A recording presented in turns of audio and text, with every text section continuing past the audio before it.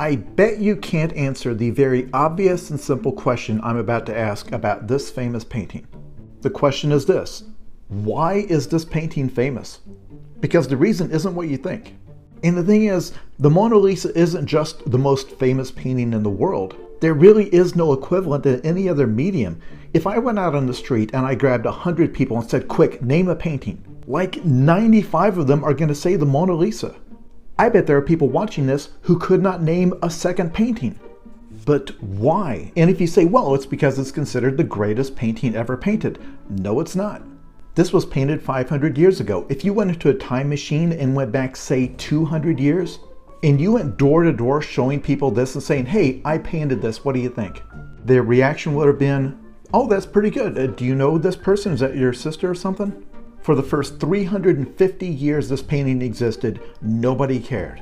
Then in the mid-1800s, some art scholars started to say, yeah, this is a masterpiece of the Renaissance era. But that was only among art people. The average person on the street would still not know the Mona Lisa if they saw it. It was hanging in the Louvre, but it wasn't a featured attraction at all. It was just another painting. So why, 150 years later, is it the one painting everybody can name? And the answer is, you know how sometimes there's a celebrity that you only become aware of because of a scandal?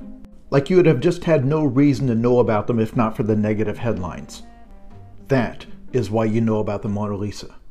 In 1911, a thief pulled off a heist and stole the Mona Lisa from the Louvre.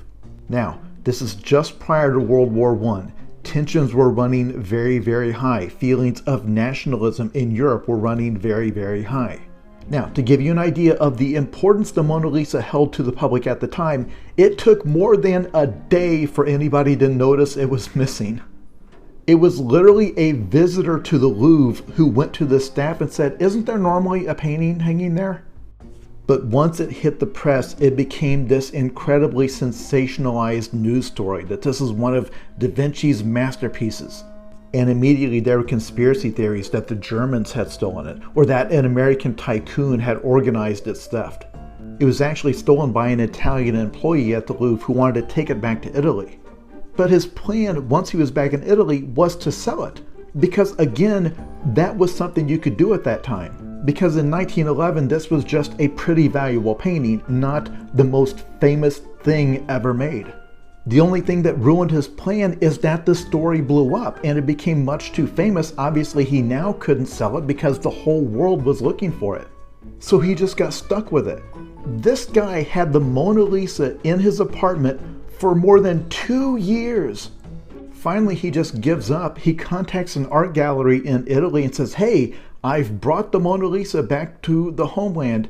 And they just turned around and immediately called the police.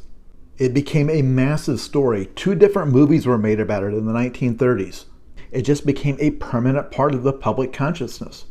Without that crime, the painting would still be famous in the way that this painting is famous, and that people who know art would recognize it, but the rest of you would not be able to name it.